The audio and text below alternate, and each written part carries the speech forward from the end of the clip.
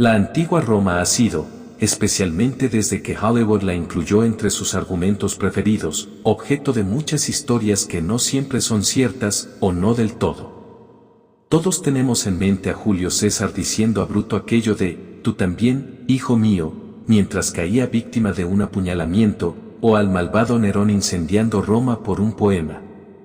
También bastante extendido está el mito de que los romanos se obligaban a vomitar para seguir comiendo en sus rocambolescas orgías, o que Livia, la esposa de Octavio Augusto, era una psicópata envenenadora.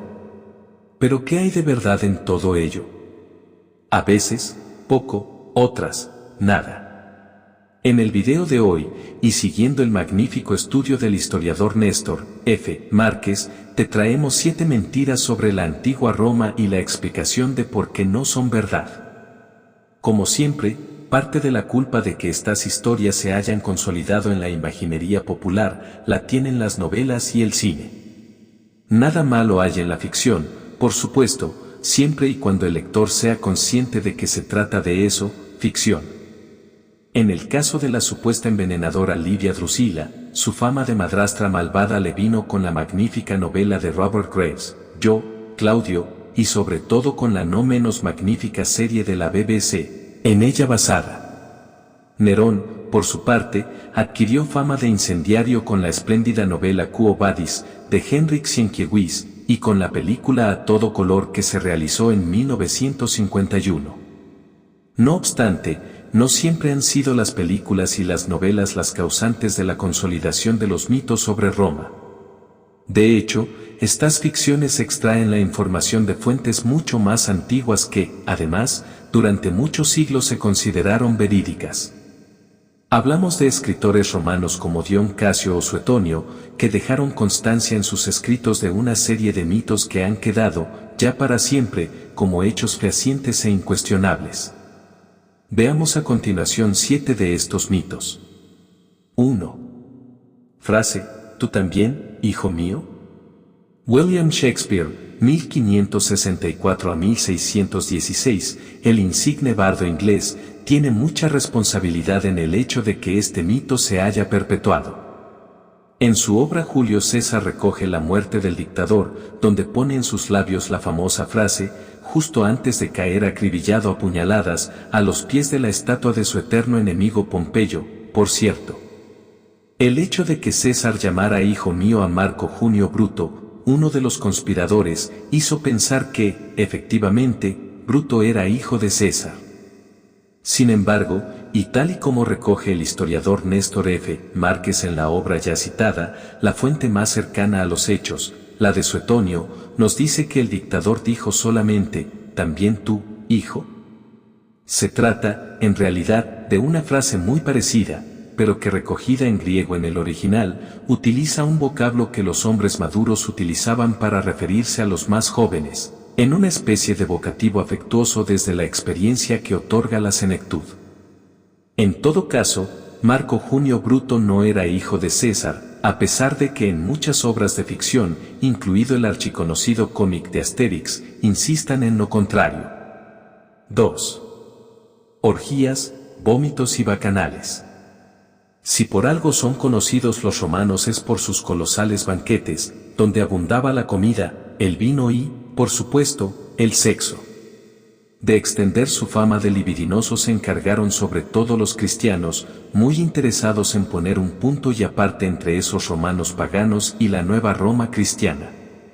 Detengámonos un instante en la etimología de la palabra orgía. Se trata del plural, orgium, unos rituales de índole sagrada dedicados al dios Dionisos, introducidos en el pueblo romano a través de los griegos. Se trataba de unos ritos mistéricos reservados a unos pocos iniciados, que fueron perseguidos en el siglo II a.C. por el Estado romano, de forma parecida a lo que poco después sucedería con los cristianos. Al caer en desgracia estos rituales, empezaron a proliferar los mitos acerca de ellos, que proclamaban que sus adeptos eran unos promiscuos y que se entregaban a un desenfreno sexual sin límites. Debemos recordar que la moral romana, en este sentido, y a pesar de lo que nos han contado, no era tan diferente a la moral cristiana. Por cierto, la mentira recogía la historia inverosímil que los participantes de las orgías se obligaban a vomitar para seguir comiendo.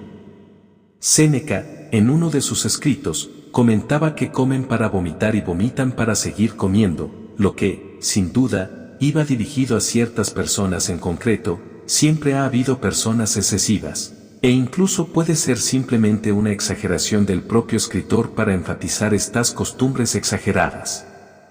El mito se popularizó a partir de un vocablo en latín, vomitoria, que presuntamente era el lugar donde los romanos se retiraban a vomitar, mediante la introducción de una pluma en la garganta, toda la comida ingerida hasta entonces. En realidad, los vomitoria eran las salidas de los anfiteatros. Vomitare quiere decir expulsar, palabra que, por cierto, sigue presente en muchos campos de fútbol modernos. 3. ¿Los cristianos, a los leones?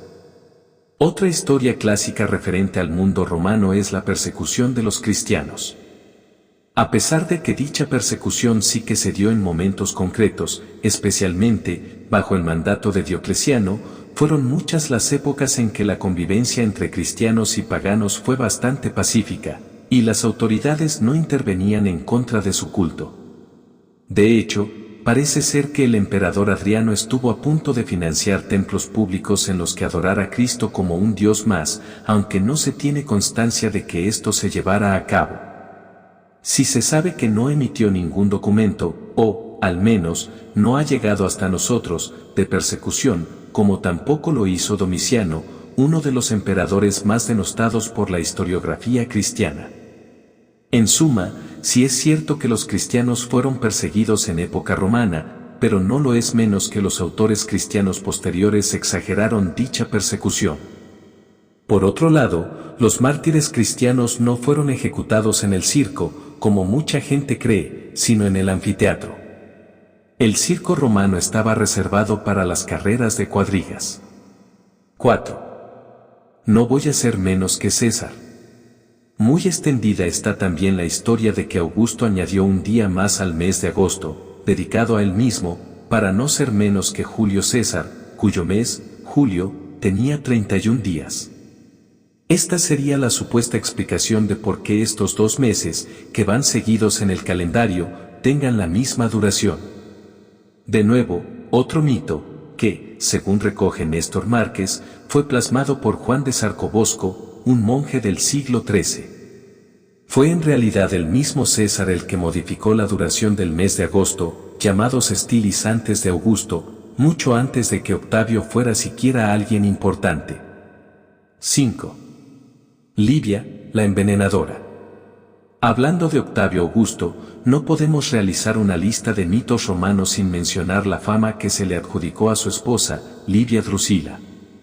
Probablemente todos recordaréis a una estupenda Sian Phillips, en la serie Yo, Claudio de la BBC, interpretaba a una malvada y calculadora Livia, cuyo único objetivo era sentar a su hijo Tiberio en el trono imperial, sin importar a quién tenía que llevarse por delante.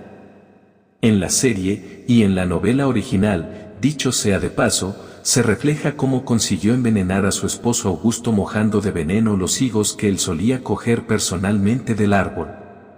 La historia ya suena, de por sí, demasiado novelesca.